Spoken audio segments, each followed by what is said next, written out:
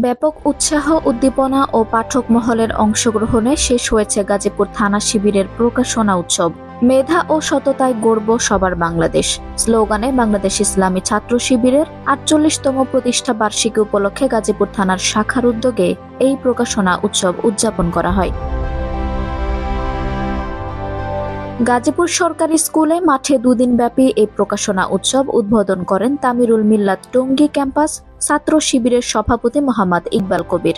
উদ্বোধনী অনুষ্ঠানে গাজীপুর থানা শাখা শিবিরের সভাপতি সালমান আবদুল্লাহর সভাপতিত্বে ও সেক্রেটারি আরিফুল হকের সঞ্চালনায় এতে বিভিন্ন পর্যায়ের শিবির নেতাকর্মী সহ সাধারণ শিক্ষার্থীরা উপস্থিত ছিলেন।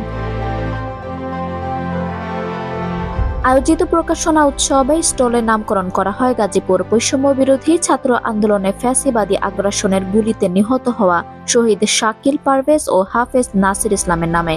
প্রকাশনা উৎসবের প্রথম দিন সন্ধ্যায় জুলাই বিপ্লব নিয়ে এলইডি স্ক্রিনের মাধ্যমে বিশেষ ডকুমেন্টারি প্রদর্শন করা হয়। আঞ্জুম হক আরবি, টাইম নিউজ ডেস্ক।